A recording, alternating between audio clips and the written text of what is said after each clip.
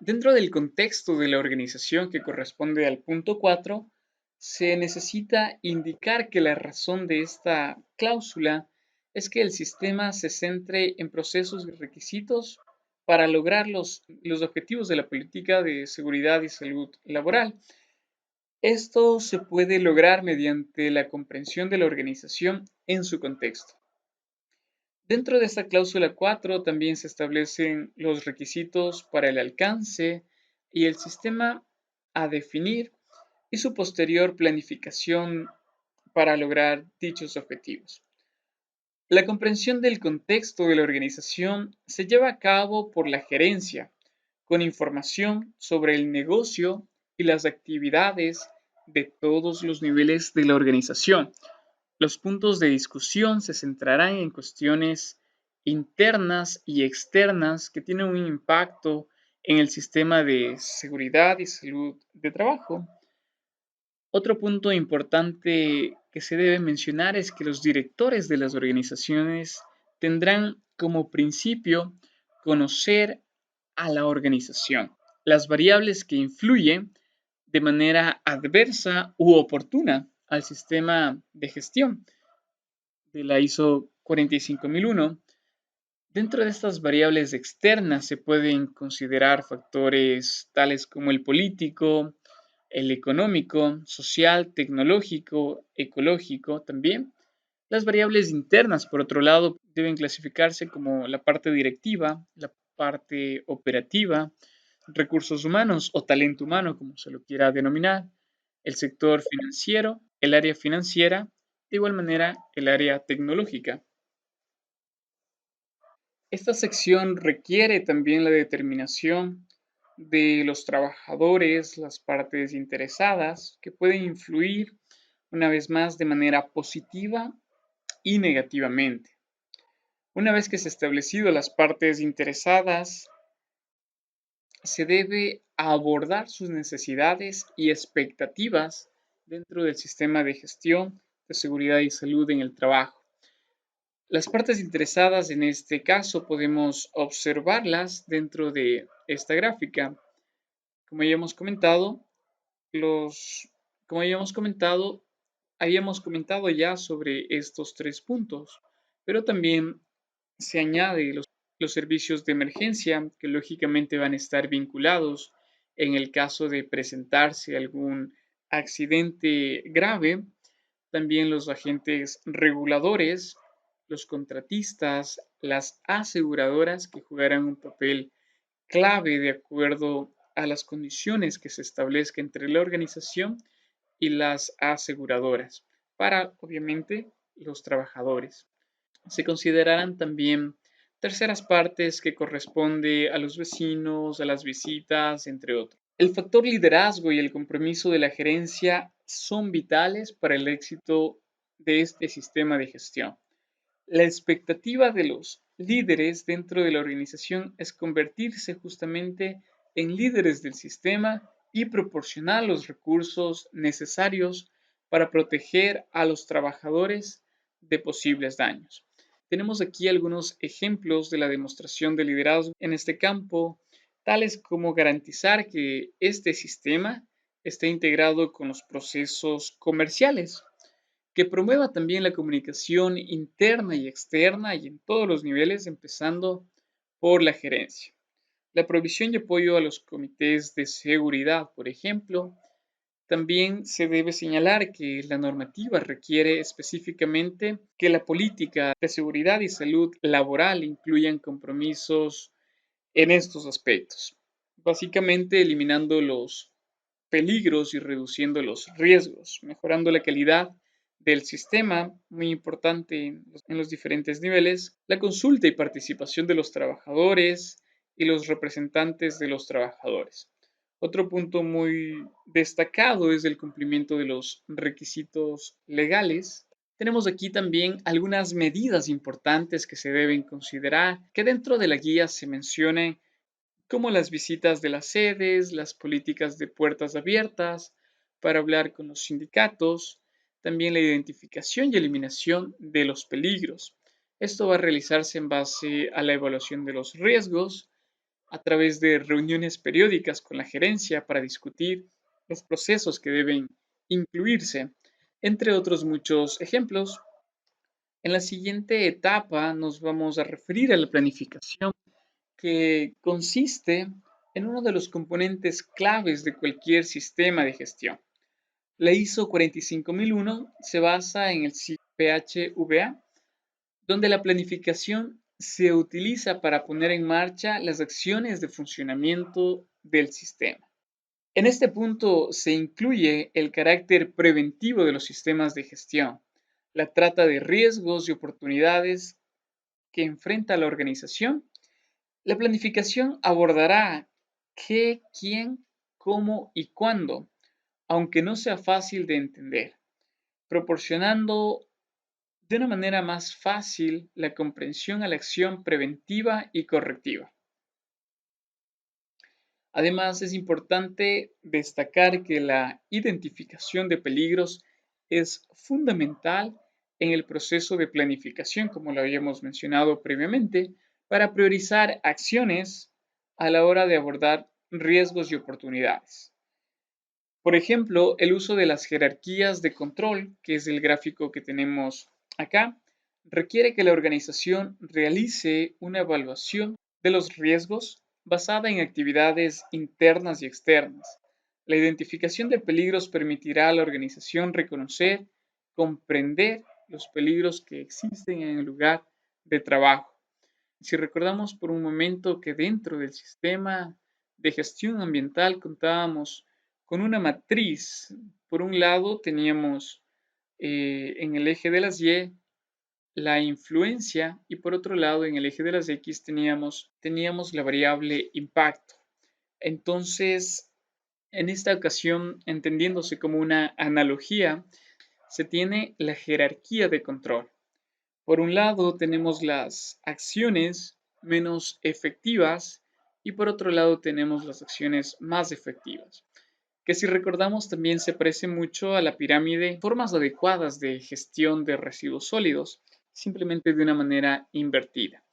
Bueno, en este caso, dentro de las acciones necesarias pero menos efectivas, es dotar a los trabajadores justamente de equipos de protección personal conocidas como EPP.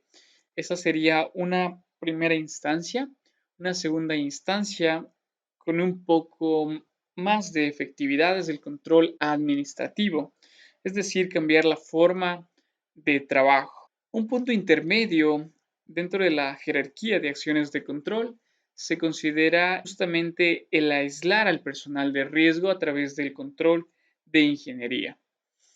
Entre los puntos con mayor efectividad para el control se encuentra la sustitución de los riesgos, obviamente por riesgos de menor impacto, o la eliminación justamente, o la eliminación física de estos riesgos, siendo el objetivo en general de muchas organizaciones alcanzar 0 accidentes, que tal vez es muy complicado llegar a este número, pero se puede a través de esta jerarquía de control enfocar muchos esfuerzos para procurar esta lógica de 0 accidentes. Posterior a la evaluación inicial de las obligaciones de cumplimiento, la organización puede considerar colocar la información relevante en un documento, como es la hoja de cálculo. El documento puede incluir la siguiente información y ser referenciado en las evaluaciones de gestiones individuales. Entonces tenemos como primer punto el nombre y número de referencia de regulación o de requisito, el estatus de revisión, la fecha última de la revisión de la regulación, las personas competentes responsables de revisar estos requisitos, el área a la que afecta el requisito, una breve descripción de las actividades y la información vinculada asociada, y los otros factores como es la descripción de la fuente, los detalles del contacto del proveedor externo o cliente y también las fechas de revisión. El soporte justamente habla de los aspectos como recursos, competencias, conciencia, comunicación o información documental, que constituyen el soporte necesario para cumplir las metas de la organización. Dentro de los recursos podemos hacer énfasis en el talento humano, los recursos naturales, la infraestructura, la parte tecnológica, la parte económica. También es muy importante saber cuánto del presupuesto se está predispuesto a invertir para este tipo de sistemas de gestión, particularmente la 45001 o directamente en el sistema integrado de gestión. Las competencias, entendiéndose como la capacidad de los trabajadores, los requisitos legales, las capacidades individuales. Dentro de la parte de conciencia, que también lo veíamos en el sistema de gestión ambiental, se establece la política, los requisitos en el campo de seguridad y salud laboral, los peligros asociados al ambiente y los procesos, la estructura de supervisión, los medios para reportar los incidentes. Podemos extender un poco más el tema del soporte, dividiéndola en dos partes, la comunicación interna y externa, donde los canales de comunicación definidos son claves para el éxito del sistema de gestión. Se recomienda que exista una política clara sobre la comunicación respaldada por la gerencia, que identifique justamente el proceso de comunicación. La organización deberá determinar en base a este checklist o en base a esta serie de preguntas qué es lo que se desea comunicar. Aquí tenemos algunos ejemplos. La política, se desea comunicar las responsabilidades, los riesgos, la instrucción de trabajo, actas de reuniones, estructura de la organización, el desempeño, etc. Todo esto tenemos que tenerlo muy claro al momento de querer hacer una comunicación, el momento de querer establecer una comunicación interna o externa. Ser muy claros respecto a qué punto vamos a referirnos. ¿Cuándo se comunicará? También los tiempos son muy importantes, nos permiten cumplir o nos permiten alcanzar el cronograma inicial que nos habíamos propuesto.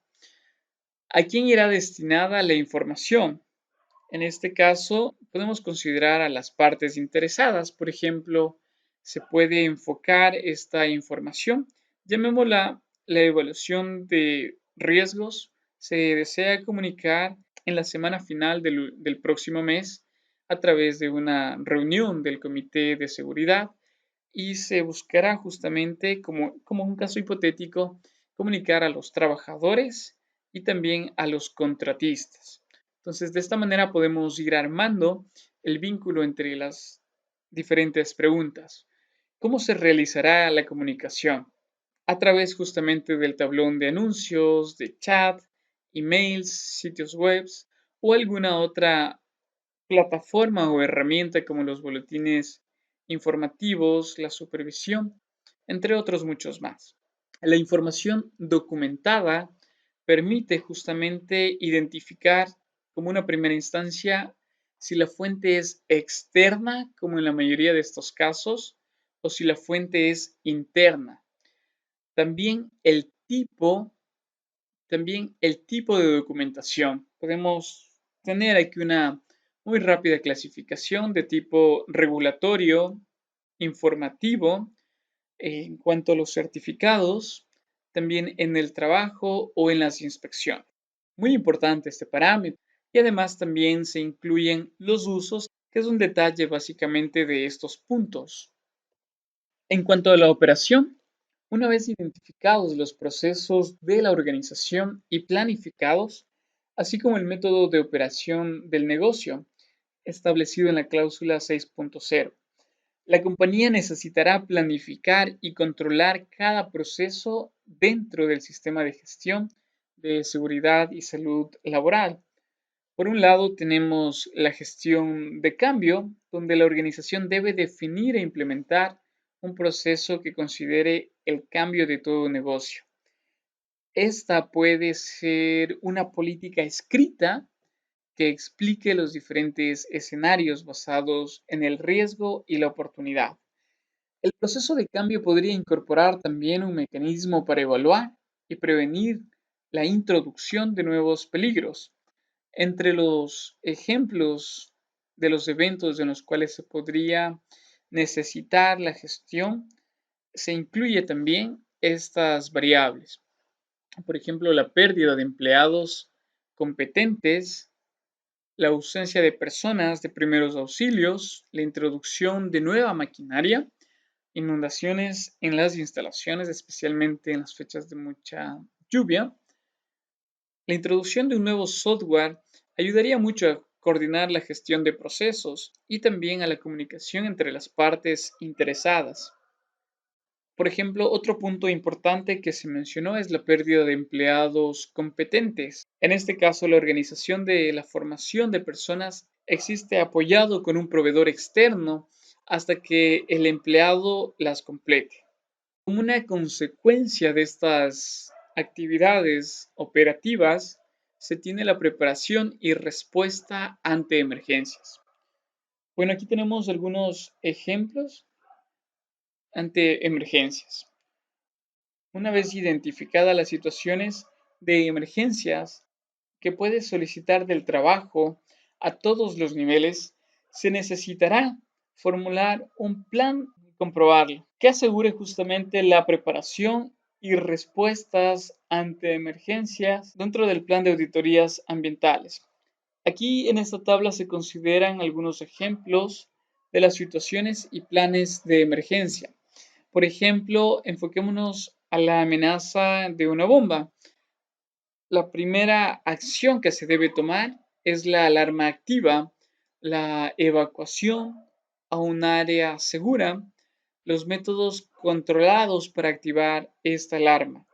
Otro de los puntos es la fuga de productos químicos, que también implica el accionar de una alarma, la evacuación, entre otros factores. Los simulacros de evacuación tienen un rol muy importante al estar Ecuador sobre las placas tectónicas más grandes del mundo. La provisión de los primeros auxilios, esta tal vez sea la actividad más importante por justamente su respuesta ante los primeros auxilios, ante la disponibilidad de equipos o ante la carencia de personal competente. Para la evaluación del desempeño, que corresponde a un proceso constructivo cuyo objetivo es mejorar la operación de una organización y es crucial para el modelo PHVA prescrito por la normativa ISO 45001. Estos procesos deberían ayudar a lograr apoyar la estrategia y los objetivos de la organización. Por ejemplo, se tiene el seguimiento, la medición, los análisis, la evaluación. Una organización debe verificar, revisar, inspeccionar y observar sus actividades planificadas para asegurarse de que ocurren según lo previsto, según lo esperado. También debe asegurarse de haber determinado los procesos apropiados para evaluar el desempeño en función del riesgo y las oportunidades. Generalmente el seguimiento indica procesos que pueden verificar si algo está ocurriendo según lo previsto.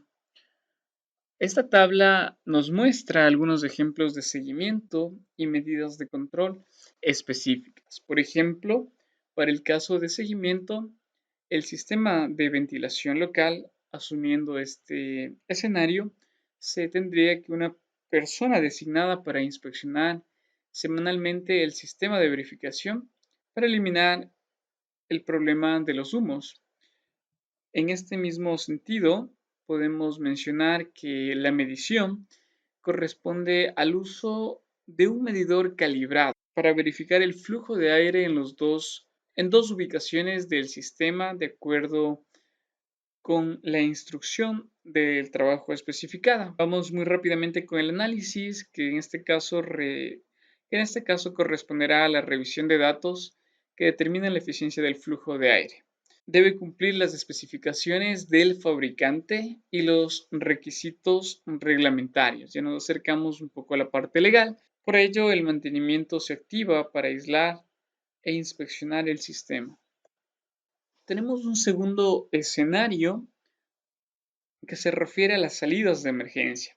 De igual manera, el proceso de evaluación puede realizarse siguiendo la misma estructura: seguimiento, medición, análisis, evaluación. Entonces, en cuanto al seguimiento, podemos indicar que la persona designada para la inspección de estas salidas de emergencia, para asegurarse que estén en condiciones y evitar de esta manera resbalones, tropiezos, caídas o incluso que algunas de las puertas de salida de emergencias estén cerradas, bloqueadas, no se cuente con las llaves o con el acceso apropiado. Todos esos factores hay que tomarlo en cuenta como seguimiento. Mientras que en el punto de la medición se necesita una inspección visual en este caso, verificando que no haya obstrucciones a las salidas. En términos generales, se asocia con equipos de medición para obtener datos. Puede ser el uso de videocámaras también de vigilancia, que está muy de moda. Se podría considerar también, entre otros factores, como por ejemplo si tenemos los equipos que registran valores. Estos valores pueden ser acumulados y pueden ser controlados, pueden ser medidos prácticamente, y esto pueden ser analizados. Entonces, en esta etapa se realizará un examen de los resultados de las inspecciones.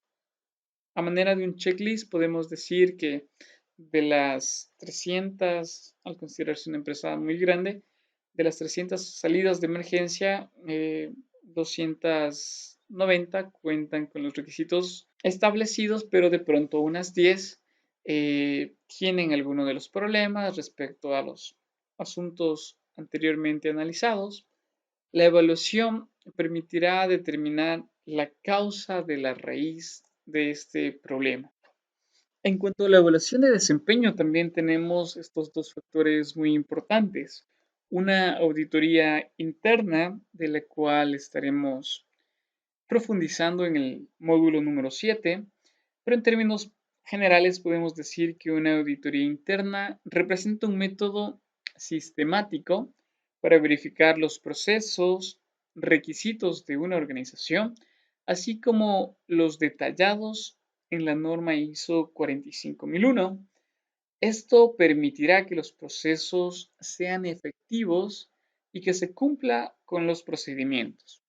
Por otro lado, en cuanto a la organización de la revisión, por parte de la dirección del sistema, se encuentra que la revisión es un elemento esencial para cualquier sistema de gestión, particularmente para nuestro caso.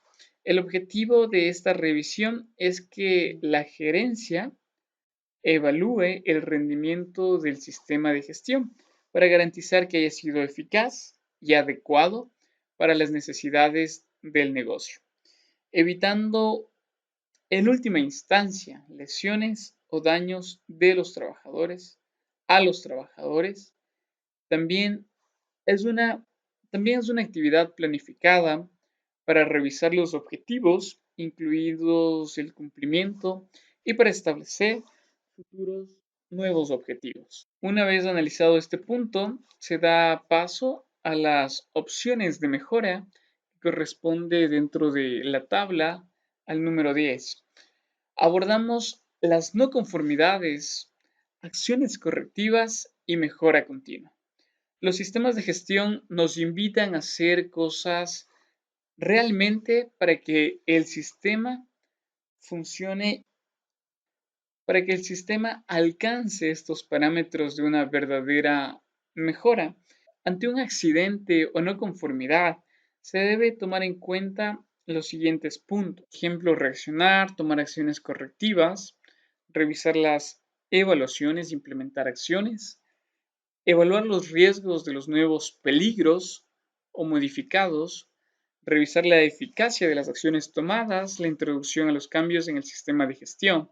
Dentro de estos primeros dos puntos, podemos considerar que dentro de las reacciones se pueden tomar acciones, hacer frente a las consecuencias Y en este segundo punto, de las acciones correctivas, se enfocará a la investigación de los incidentes, a la revisión de las no conformidades, también la determinación de las causas. Se pueden diseñar de esta manera métodos diferentes para capturar oportunidades de mejora en el sistema en función de la estructura, las actividades y el riesgo del negocio en general. La tercera parte de esta presentación incluye justamente las fases para implementar esta normativa. En el caso, que la organización opte por implementar este sistema de gestión de manera gradual, es importante que se incorporen aquellas actividades, productos y o servicios que tengan un gran impacto sobre la seguridad y salud en el trabajo. Por ello, como una primera fase, se debe identificar la conformidad de la dirección, que sin ella no podríamos dar paso a las siguientes etapas. Por ejemplo, tenemos aquí quién solicita la implantación. Es un requisito, es una exigencia. Podríamos cuestionarnos si es una exigencia gubernamental. La dirección asumirá su protagonismo. ¿Qué objetivo busca? Además de los fines legales. Como una segunda fase tenemos el nombramiento de la representación de la dirección. No es un requisito ISO, pero sí uno de las OSHAs. Contar con un equipo que pueda hacer frente a estos problemas. Puede ser o no miembro de la alta dirección. En este caso, sí se recomienda un equipo si la organización es de tamaño mediano o grande. Tal vez podemos considerar a una persona que se encargue de ello si la empresa es pequeña. Cuando hablamos de procesos, debemos tener muy claro lo siguiente, que un proceso es un conjunto de actividades interrelacionadas o que interactúan, que transforman las entradas en salidas. Tenemos este caso. Mientras que un procedimiento es una forma especificada para llevar a cabo una actividad o un proceso. Los procedimientos pueden estar documentados o no. Y se hace hincapié nuevamente en que no todos dentro de los requisitos que la norma exige, los requisitos que la norma exige son procesos como la consulta y la participación de los trabajadores, la identificación de peligros, la identificación de los riesgos para el sistema, al igual que de las oportunidades, el identificar los requisitos legales u otros requisitos, la comunicación, el eliminar los peligros y la reducción de riesgo, la gestión de cambio, compras, preparación y respuesta ante emergencias, entre otros. Continuando con las fases, podemos mencionar que en la número 5 se trata sobre el manual de gestión, que no es un requisito estricto de la norma, pero ayuda mucho como en el caso del sistema de gestión ambiental a contar con un libro guía que permita alcanzar los objetivos del sistema. Una siguiente fase es la formación, y es justamente a través de seminarios por parte de la dirección, cursos en línea de mando, charla de divulgación a toda la plantilla de trabajadores. Una fase, una fase número 7 es la implementación del sistema. Tal vez sea una de las más desafiantes porque es aquí donde se fijan las fechas y el hecho de comunicarlas a la organización. Es el hecho también donde se inician los trabajos según lo establecido, se da seguimiento por el comité de la implementación y su duración varía en función de la madurez de la organización en la gestión mediante los procesos. Justamente había una de las personas en el curso que preguntaba sobre cuánto debería durar y es básicamente esta respuesta. Nosotros como técnicos tenemos un criterio y podemos decirlo en un año, en 6 meses, dependiendo de la empresa y el caso. pero al final quienes fijan o quienes aprueban la política es la alta dirección. Y es precisamente en función de esta política y los factores también como, eh, como la planificación que permitirán el establecimiento de un valor lógico para poder cambiar, para poder implementar nuevas mejoras y también fechas de la reestructuración de ciertos parámetros como los objetivos. Dentro de la Dentro de las últimas fases se encuentra la auditoría interna, que en este caso sí está obligado su cumplimiento y con, y con, y con un periodo y de manera periódica anual. En este caso sí tenemos una fecha y esta información que incluirá información documentada, es decir, los informes, evidencias y demás documentos relevantes. Se requerirán, por lo tanto, auditores internos como una primera instancia y auditores externos.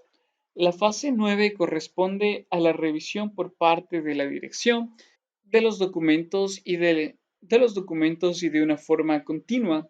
Y finalmente, si hemos alcanzado con la revisión y hemos alcanzado también pasar exitosamente la auditoría, podemos obtener la certificación. Aporta conformidad con los grupos de interés, la revisión externa e independiente. Actualmente independiente, al ser las ISO una institución de normas internacionales, le daría mucho peso a los organismos, le daría mucha más credibilidad contar con este tipo de normativas. Dentro de la certificación final podemos mencionar que aquí está un ejemplo de un cronograma de implementación de esta normativa. El mes de enero, una primera fase, mientras que progresivamente vamos alcanzando hasta este último punto de la certificación y se espera que para el mes de diciembre se haya alcanzado esta certificación. Puede ser más tiempo o menos tiempo, obviamente va a depender de el esfuerzo y los recursos que se le asignen, pero aquí tenemos como una referencia. Y esto obviamente va a ser y esto obviamente va a lograrse luego de superada una auditoría de certificación. Para ir concluyendo, tenemos aquí la estructura de las diferentes normativas ISO que hemos tratado hasta el momento. Y podemos darnos cuenta de que en sí, las secciones son las mismas en cuanto a la estructura, pero al ser el enfoque diferente, van a haber cambios en los diversos puntos. Con especial énfasis, me gustaría mencionar que en el capítulo 8, en la sección 8, las diferencias van a ser mucho más marcadas por los enfoques justamente de las normativas particulares, de las normativas específicas. Dentro de las conclusiones de las que podemos llegar en esta presentación es que se presentó justamente el tema de las normas 14001, cuyo beneficio será facilitar la integración, fomentando el liderazgo y el compromiso de todos los trabajadores. Además, se considera de una manera mayoritaria que las OSAs fomentan verdaderamente la mejora continua. Además, se considera la transición entre las OSAs hacia la ISO 45001, donde como fin último se logra consolidar la imagen de la empresa, contribuyendo claramente en la reducción de casos siniestros, de incidentes, de accidentes. Un tercer punto es justamente la aparición hace 2 años de esta normativa por parte de este organismo internacional que facilita a las empresas la posibilidad de crear y evaluar medidas de desempeño para los proveedores de bienes y servicios y también dentro de nuestros operadores. o dentro de nuestros trabajadores. Estas son algunas de las referencias que se han utilizado para comentarles también que las tareas van a estar subidas en el aula virtual.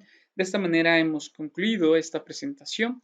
Agradecerles mucho por su tiempo y nos vemos en el siguiente módulo.